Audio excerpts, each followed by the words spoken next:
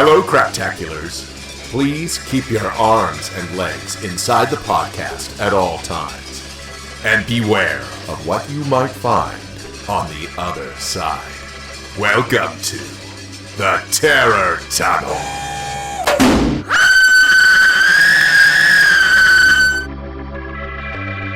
Cinema Craptaculus presents Terror Tunnel, a podcast for all things scary in cinema.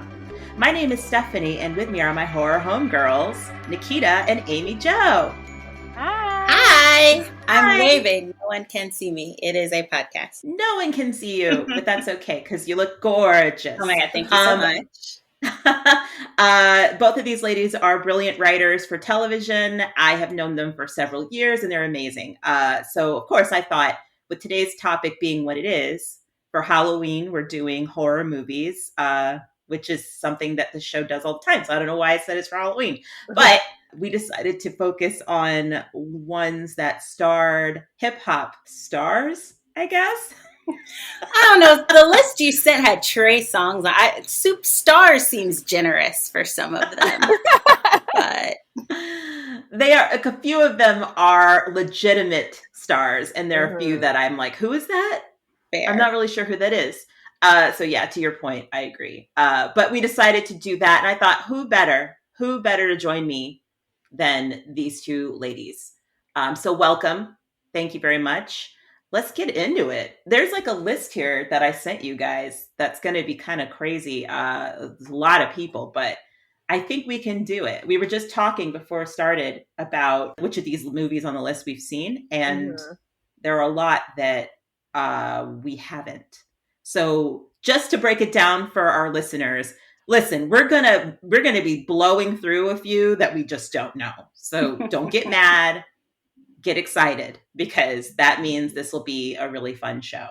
Talking about things we don't know about. I was just gonna say, a lot of the movies on the list sounded straight made up, just like fully fake films. So yeah, let's make up some plots, I guess, for things we haven't seen.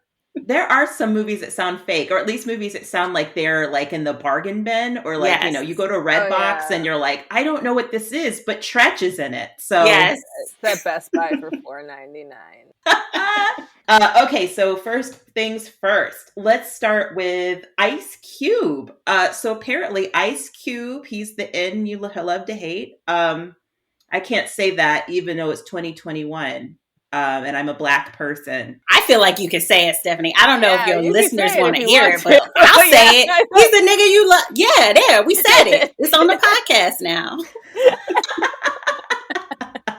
But now he's the one who's like on, like, are we there yet? And stuff like that. He's a nice family man. Exactly. But back in the that's day. Ice Cube, though. Are we talking about Ice-T? Ice Cube. Oh, sorry. That we were starting with Ice-T. We'll get to Ice-T in a moment. Got you. I'm with you. Ice Cube. Yes. Cube it up. He apparently was in Anaconda and Ghosts of Mars. I've seen Anaconda. I have not seen Ghosts of Mars. Yes, I've seen Anaconda, not Ghosts of Mars. Same. I saw Anaconda, though, so long ago. Yeah, it was 1997, an ancient time. An ancient time. The late 1900s. I don't know what you guys were talking about. I wasn't even born in 1997 because I'm very young. Happy 16th birthday! Yay! We're so glad to have you here. So Ice Cube was like, I guess he was the photographer who was in the, from what I remember, he was the photographer who was in the movie with J-Lo. Like they were supposed to be going to like South America, and then they found the anaconda, and the anaconda started eating everybody. But he survives. He survives that movie. He has, of course, some really great bon mots like, oh, hell no. I'm sure almost everyone on this list says that at some point, because they're hip hop stars in horror movies. You gotta give the audience surrogate. The white people what they want, and they want to hear a Black man who they've heard rap a couple times say, "Oh hell no!" Yeah, that's fair. Yeah. So I mean, the good news is that he survives. So you know, there we go. Ghosts of Mars. Anybody? Has anyone seen this? No. Does it take place on Mars? Yeah, I feel like it's ghosts that live on the planet Mars. I feel like that's what it's about. And maybe Ice Cube encounters some of them. That seems like an easy solution. Just don't go to Mars. Yeah. Then Is it like Ice Cube's like astronaut mission to Mars? What, are you trying to say that a black man can't go to colonize Mars? I'm saying he can. I'm just asking why. But that's how I feel about like all of space. So it's not really. It's not just Ice Cube that I have to think about. Everyone. Good point. Yeah. Good point. Okay, so that's Ice Cube, guys. So now on to your favorite, Ice-T. Ice-T! Yes. So Ice-T he had a few things, but the one I want to focus on was he was in Leprechaun in the Hood, which was Leprechaun 5. It was not Leprechaun Back to the Hood. It was Leprechaun 5, Leprechaun in the Hood. I don't even think that was I don't even think that was a subtitle of the film, though. I think that was something that the general public decided together was going to be the name of that movie. What? Oh, really? That's funny. I think the trailer just said Leprechaun 5. You know what? It worked on me because I have not seen any of the other Leprechaun movies, but I saw Leprechaun in the Hood. So you know what? I think I've seen all of them. I don't remember them very well though, because I'm pretty sure I saw them at the around the age of 10. Yeah. Oh, okay. Yeah. So, did it scare you though? No, I was just like, this is absurd. This leprechaun is so small. And everyone seems to be unable to outrun him, outsmart him. Like, I think it was a lesson also in just like not taking what's not yours. You know, like if this man had just gotten to keep his gold. Exactly. He speaks in whimsical rhymes to warn people off of stealing what's not theirs. And in this case, I saw just Ice-T's part in this movie. He plays like this, like, it's like the 70s, I guess. Like this guy who was like a 70s, like, funky man, right? Like he had his afro and stuff. And he and his friend break into some vault and the leprechaun's gold is there. And he has a magic flute. Ice-T steals the magic flute. And there's this whole awkward, cringe kind of fight scene where he's fighting the leprechaun and he's pulling weapons out of his afro. Boo, I hate that. Oh. Foxy Brown did it better. Fruity Tang-ish. Like that. It looked bad. It looked very bad. At one point, the leprechaun stabs Ice-T's friend with his afro pick. Like he takes it and stabs it in his neck. And I'm like, wait a minute, is that made out of plastic? Or like, did he just stab a guy with a plastic comb? That doesn't seem right. The only thing I remember about this movie, which I have not seen, I think in 10 or 15 years, is it looked like it cost $7. So I believe your memory that it looks like a plastic pick that killed a man.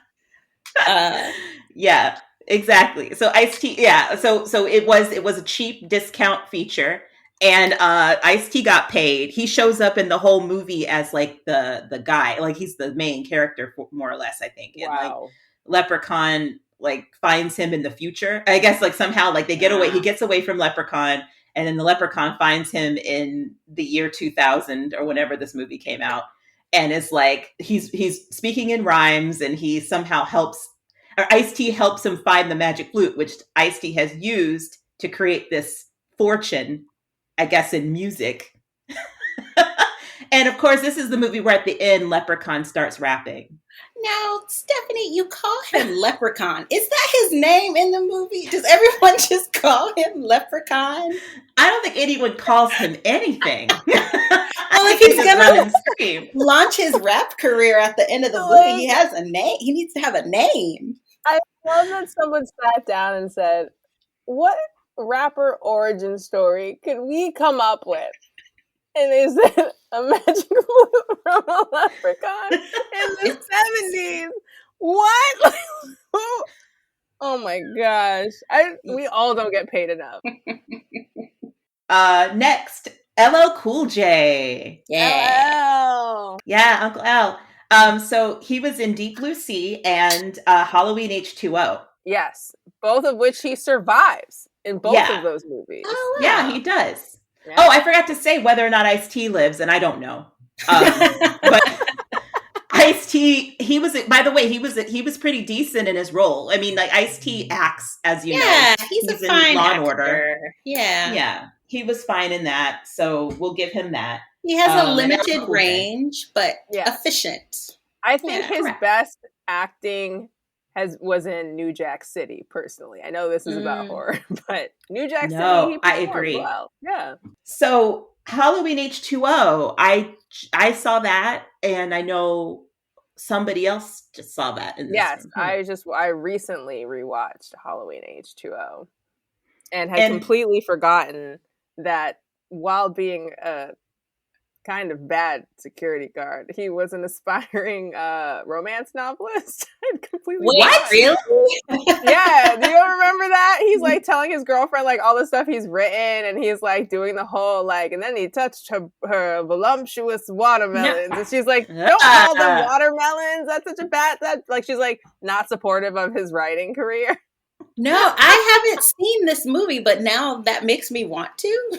I completely forgotten that part of it. I was like, "Oh yeah, this man was trying to write romance novels." That's wild. Weird character. I forgot about that. They wanted to make him, they wanted to give this man dimensions. He's not just a security guard. And he does live. He does live. Okay. All right, good. He lives in Deep Blue Sea also, but I haven't seen that in a while, so I can't speak to that movie. All I know is that Samuel L. Jackson got eaten by a shark. Yeah, Samuel L. Jackson dies, but LL Cool J lives and is rather like resourceful and smart. Oh, good.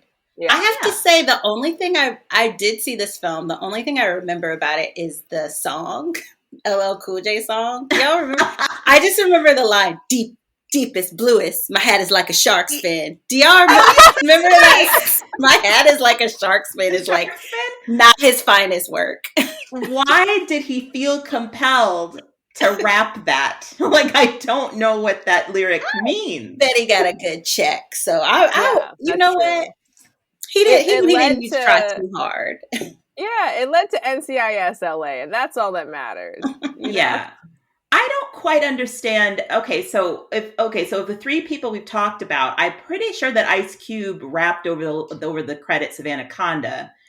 I don't know if Ice-T rapped in Leprechaun in the Hood. We have confirmation now from you, Amy Jo, that LL Cool J rapped over the credits of Deep Blue Sea. Yes. I guess that's part of the deal, right? I feel like Ice-T, and this is based on nothing except my gut. I feel like once he started acting, he sort of was like, I'm done with rapping. I feel like he hasn't really done anything since the mid-90s, but that might be wrong. Yeah, I don't know. And sometimes I feel like those are mysteries that will just go on unsolved. Yeah, I mean, I don't know that people were clamoring for a Ice-T album. That's no disrespect for him. Everyone walked out of Leprechaun 5 upset that they didn't get to hear a new Ice.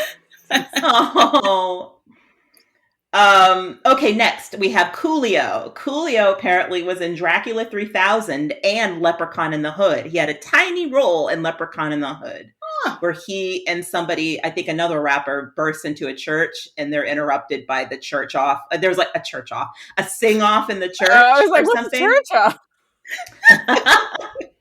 I don't know. I didn't watch this movie fully, but I know he has a teeny tiny little like role in it. And as far as Dracula 3000 goes, oh, honeys, this movie is like when we were talking about bargain basement, like costing. What did you say? Leprechaun in the Hood cost $7. $7. I think that Dracula 3000 was free. I think that was somebody just saying, here, take this equipment, use my basement, pretend it's like this, pretend it's space, and then we'll have some Dracula looking people coming. Coolio turns into a vampire in this movie, and he is having a ball. Yeah, he is like wild. And it is like, okay, well, Coolio has like some performance chops. We know that. This isn't Shakespeare, but he's having a good time pretending to be a villain and pretending to be a wild ghoul of the night. He's also in the movie with a couple of people from Baywatch, I think. Oh, like which ones? The good ones? Probably not the good ones if they're in Dracula 3000. Not like Pamela Anderson. Like Pamela Anderson and like Erica, the one Erica Eleniak or the lower tier. The lower tier. Oh. Like Baywatch Yeah. Nights level. Okay. Correct. So that's what I saw. I did not watch the whole thing because, good Lord. But like, I think that he did an okay job. And I guarantee you, okay, I won't guarantee it, but I have a strong suspicion that he probably rapped at some point over the lyrics. Oh, The credits. I would guess if he's going to be in that film, he's going to get a song off on the soundtrack, because how else would he get his music out to the world?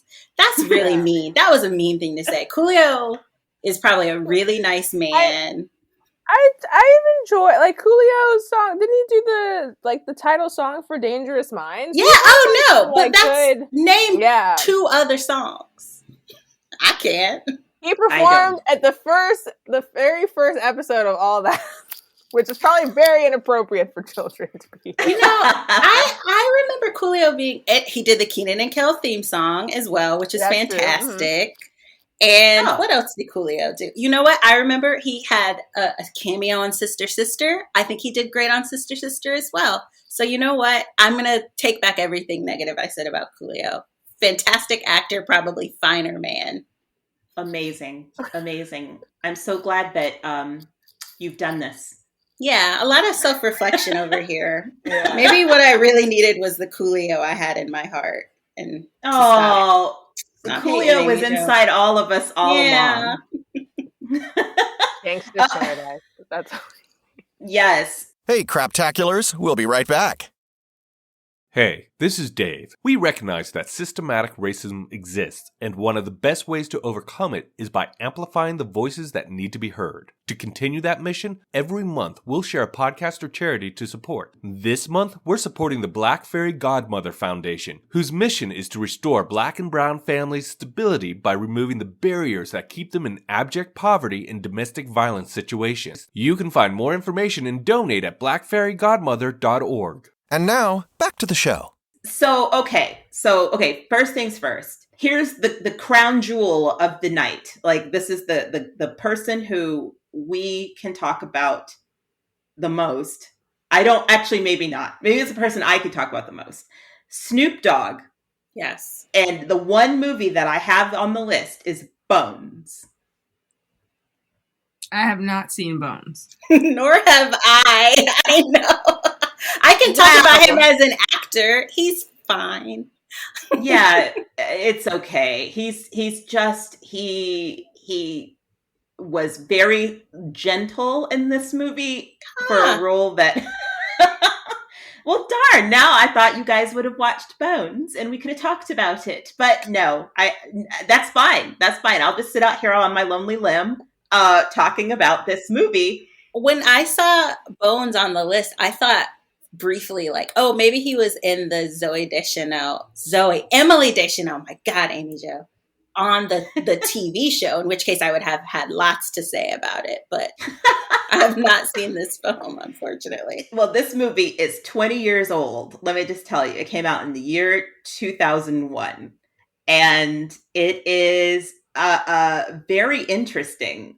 I'll just, for the people who are listening and for you too, who did not watch it, Bones is about a pimp man who is like from the 70s. Apparently 1979, which feels a little late for me. It feels like this should have been 74, like 73, 74, maybe earlier, but I don't know. They had a point to make.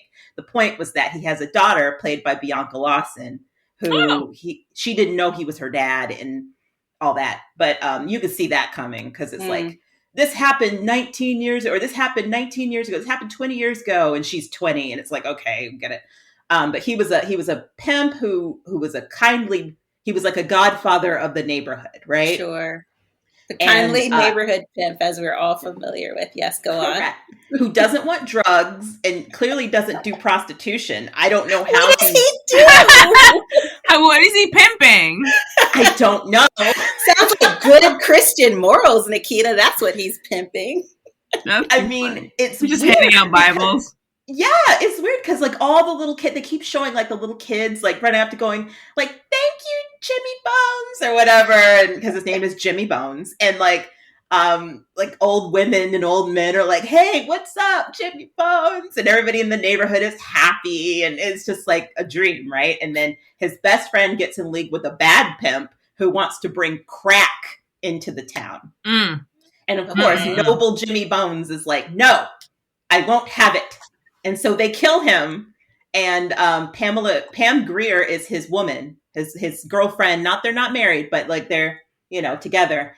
And she has this amazing Afro wig that she wears, and she looks great. And she's screaming like, Jimmy, no! And so like the bad pimp makes everybody that he's in league with this corrupt cop. He makes everybody in the room stab Jimmy Bones at least once, so that they're all in it. Like their hands are all bloody, that kind of thing.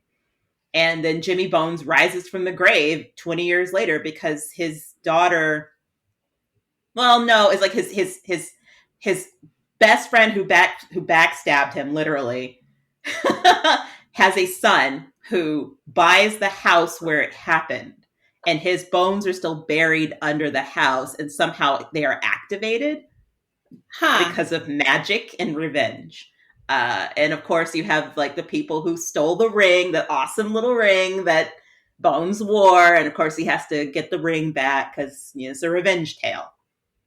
And all the blood looks like red paint in this movie. It is very much like a throwback to the 70s. Now, did this film come out before or after 9/11? Just so I can orient it in my mind. Were the things related? Do you think there's a connection? There might be. I'll add it to the board, Stephanie. You got to look at every possibility.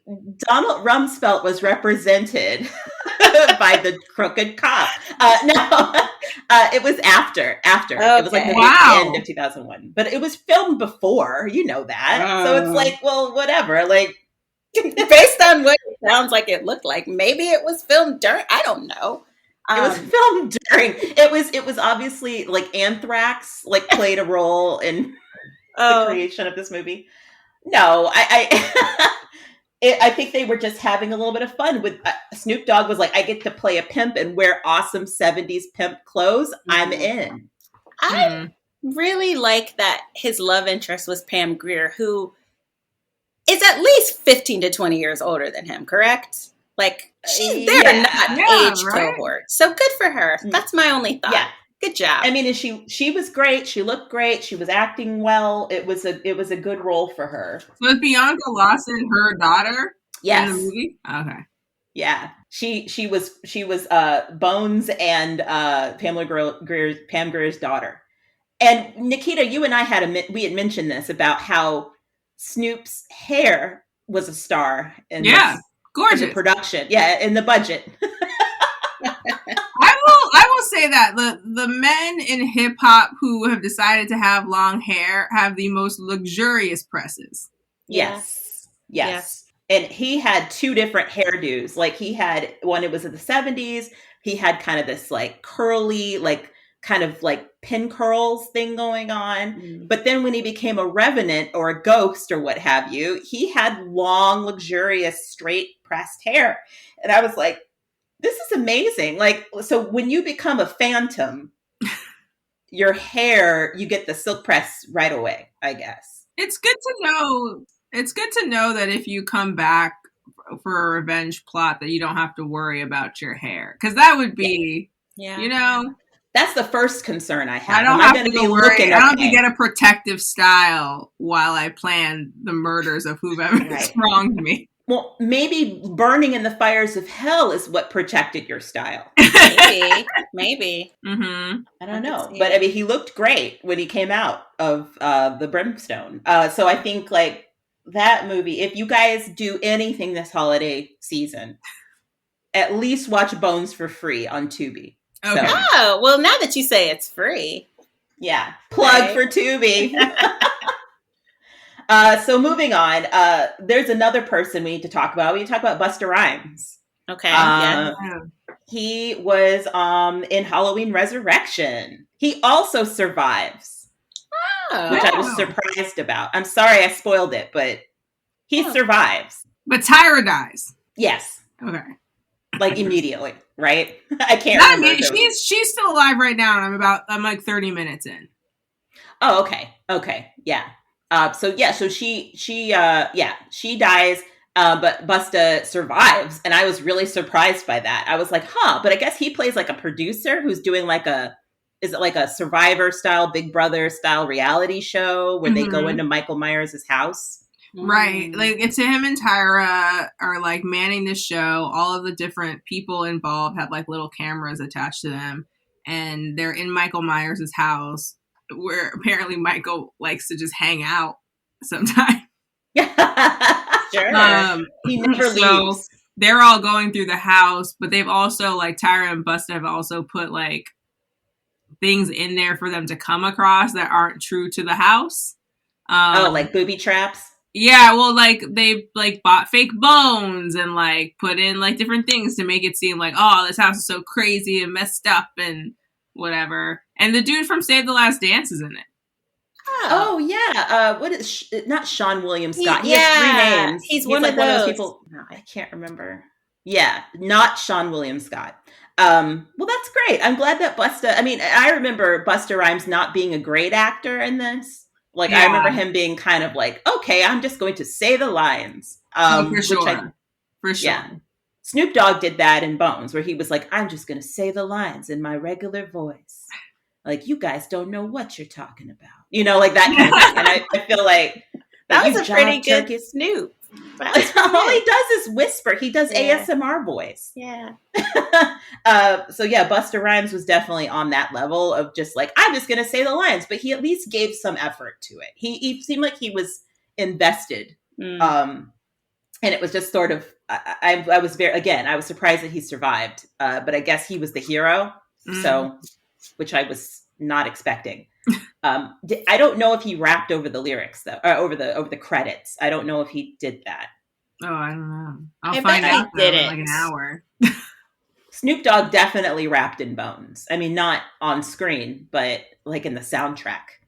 This is based on, again, nothing but my gut, but I feel like as an artist, Busta Rhymes has too much artistic integrity to actually do a song for them. Like, he'll be in the movie, but he won't rap over the end credits. That was probably his contract. After this, Nikita's going to send me a video of the end credits, which has Busta Rhymes rap. I'm certain, but get ready. So one last person that we're going to talk about. There are a bunch. Let me just say before we wrap up here, there are a bunch of rappers. Just so honorable mentions here that we won't go into detail about. Tretch from Naughty by Nature was in Feast and El Chupacabra. Rah Digga was in 13 Ghosts. And I actually just saw that movie and I was like, oh, that's Rah Digga? Okay. She was fine, but she played a nanny. It was not like a bad nanny. It was like a normal nanny, not like some weird, like, Gone with the Wind shit, which I was fully expecting. Yeah. But that didn't happen. Good. Yeah. And then Mos Def was in Island of the Dead. But Mos Def's been in a lot of movies. Yeah, I think Mos Def is a really great actor. I enjoy watching him. Yeah, I find him like endearing in whatever he's in. I like believe him. So now you can watch him in a zombie movie. Yeah. I don't know if he lives or dies. He might even become zombified. Who knows? What? Wow. I'm fucking out, Stephanie. Don't know. Sticky Fingers. I think Sticky Fingers was from Onyx, I think. House of the Dead 2 and Leprechaun 2 Back in the Hood. Oh, they went back? Oh, sorry, back to the Hood. Not Leprechaun 2. Sorry, it's back Leprechaun. Back to number the Hood. Wow. That's and embarrassing. I did not see that. Is it technically Leprechaun 6? Like, do they do it right after Leprechaun? Maybe so. I can't believe they made that many Leprechaun movies, first and foremost. How many are there? I know Leprechaun was in space. I know Leprechaun was in another... I don't know. I don't know. Yeah, I feel like the Leprechaun movies are the exact kind of horror movie where I'm like, oh, y'all aren't even trying to scare nobody. What is this?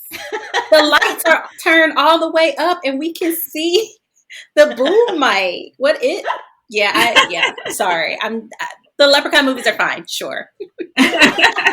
And then we have, Queen Latifah and Will Smith, who are prolific actors, also had their share of horror movies that they showed up in. But I think of them more as true hybrids. Like they even LL Cool J sort of getting close to that. Ice Cube has kind of crossed that line, and Ice-T. But I think that Queen Latifah and Will Smith, I think of less as rappers than they were. It's kind of weird, right? Like, because they were totally rapping in the golden age of hip hop. But I think of Queen Latifah now as an actor first. Fully, same for both of them as well. Yeah, they're superstars, but they're actors first in my mind for sure. Yeah, and Ice Cube will always be a musician. Yeah, but I think both of them also just had like long running TV shows before they even went into the film of it all. Definitely, for sure. And so Queen Latifah was in Bone Collector and Sphere. Bone Collector, first of all, is not a horror movie. It is a crime movie, I believe. And Sphere is a sci-fi movie before they're both horror. So I don't know why that was on the list like that. Really check yourself next time, Amy Jo. And I'm just kidding. Amy Jo had nothing to do with this. Can I ask, what is Bone Collector about? You say it's a crime story. Somebody be stealing skeletons, or no? Somebody be stealing skeletons. I think that was the one that had Angelina Jolie and Denzel Washington.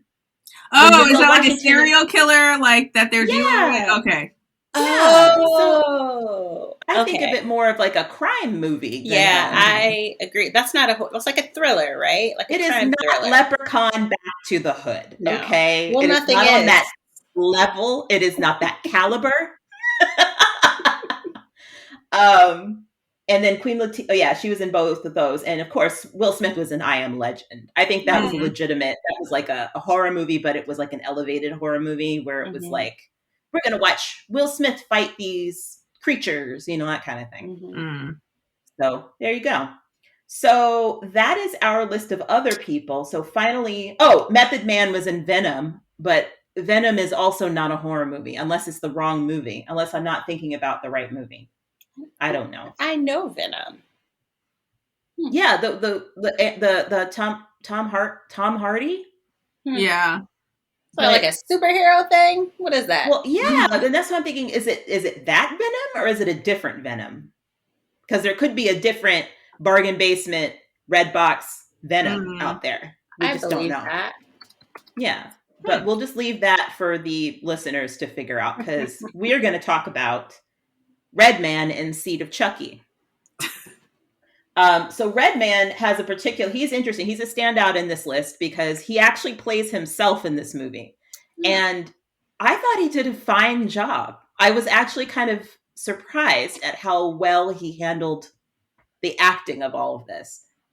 He is playing a director who's directing a movie, and Jennifer Tilly's trying to get the lead role. So she seduces him and somehow gets pregnant because Tiffany and Chucky get her pregnant while she's knocked out. I mean, there's a lot of consent problems going on in this movie. But this movie came out in 2004. We were different people then. We were still mean to Britney Spears. We didn't know. We were truly lost. We were growing, Yeah. So Redman is, I guess, like Jennifer Tilly's like, I'm pregnant. And he's like, I got a vasectomy, so I don't know what's going on here. And he ends up getting killed. So he does not survive. Yeah. Redman dies. But at least he's playing a role that's very different. He's playing himself as a director, which is an interesting reach, I think. I mean, interesting stretch, I guess I should say. I find him when he is playing in his lane, which I guess playing himself is exactly his lane, he's a very charismatic screen presence. I've always enjoyed seeing him on screen. So yeah. So did anybody see this besides me? I have not seen this. I don't think I've seen Seat of Chucky. I've seen other Chucky movies, but not that one. I don't like the title. So I feel like if they said Baby of Chucky, I'm in. Kid of Chucky? Hell yeah. Seed of Chucky? That's nasty. So you have a problem with the title. Yes, the title really turns me off. So So out of all of these movies then, like, what do you think makes, like, to sum up, like, what do you think makes the perfect combination of, if you put a rapper in a movie, what's the thing that you expect to see and would want to see? I think if it's like a real actor, you want like a horror movie that is taking itself seriously and like you're scared, and they might say, "Oh, hell no," but like they're taking it seriously. If you don't, if you have a Coolio, well then yeah, you should do make it goofy, make it, I don't know, fun. Just know who you're dealing with, I guess. Yeah. I think out of all of these, I felt that, first of all, the leprechaun-ness of everything is crazy. The bones of it all was also crazy. But I think that, they need to have a little bit of fun. They had too much fun in Bones. There was some tonal issues in Bones, to be frank. So if you guys ever watch it, it's just going to be like, oh, they're making jokes now? Okay, there's physical humor going on? All right. Because up to that point, it had been just dark, like scary, gothic darkness. And then all of a sudden you have a guy whose head is off and he's talking. He's like, oh my God, what'd you do to my head? And it's like, okay, I don't understand what you're trying to do here. But yeah, I think that in general, I would prefer if they have more rappers, and there are plenty of rappers to put in movies. I think it's sort of one of those things like when you put non-actors in movies in general, if you put musicians in movies, you put athletes in movies, you put politicians or public personalities in movies, you're going to have that weird monotone delivery of lines that just irks. Yeah, I watch it. I'm like, oh my God, like Kourtney Kardashian is so bad in this. Wait, was it Kourtney who was in He's All That? Yeah, He's All That. I mean, that movie had a lot. All that movie did was make me wish I was watching She's All That. It's usually not a good sign. Not a good sign. Not a good sign. I was like, Rachel Lee Cook, you signed up for this? Yeah. I want to have it. What I like are the pleasant surprises. When you have a person who's a non-actor in these movies, especially the horror movies, you want a pleasant surprise where you're like, oh, they're actually pretty good. Or, oh, this character isn't a complete stereotype. Yeah. Because they always want to stereotype us. They always, not that I'm a hip hop artist, but they always want to put like a hip hop artist in a movie and be like, oh yeah, I'm just a thug. I don't know. Yeah. Yeah. No, I would agree with that. I think in general, in terms of like putting like non-actors in movies, I feel like rappers are better than other non-actors in that I think there's like, to be a rapper, you have to have a little bit of natural charisma. And sometimes it's like so Star Wattage that you're just like, okay, yeah, all right. Just say it like you say it. That's bad, but still there's something about you that's like compelling and interesting. But yeah, if the movie's written by like John Smith, oh my God, there are Black people named John Smith, Amy Jo. I don't know why I'm clowning John Smith. But if it's meant to call my cousin right now and tell him, listen, you were maligned on my podcast. Tell him I'm sorry. But yeah, if it's, there's a tendency, like you said, Stephanie, to sometimes have him say ridiculous things, but then that's on his people for letting him say that. Or her. That's a good point. That's a good point. Going off that, like what Amy Jo just said, these rappers are performers at the end of the day. Like they might not, and they have to memorize things to be able to do their job. So I think that's a part of it too. And sometimes you do stunt casting with people who like don't have to memorize anything, don't have to be entertaining on stage. They at least are coming in with that. Yeah. Yeah. They're starting from a higher place than your Kourtney Kardashians, if you will. Yeah. And if you have them play themselves, that just makes it hopefully easier for them. Yeah. I think that Redman had fun playing himself, like a really like it was a very interesting role too, because it wasn't like he was just an idiot. He actually was smart and he knew what he was doing as a director, but he was also kind of a sleazy director. So it was kind of fun. I bet for him, it was fun to watch and it was probably fun to play. Yeah. Well, thanks so much, Amy Jo and Nikita, for joining us tonight as we talk about our favorite hip hop stars in horror. Maybe not so favorite. Is there anything you'd like to plug? Everyone watch season 2 of Saved by the Bell, coming to Peacock November 24th. Woo! Yes. And I'll say watch A Million Little Things on ABC Wednesday nights at 10. Woo woo! Thanks for taking another spine-tingling ride through the terror tunnel with us. We'll see you on the other side. We hope.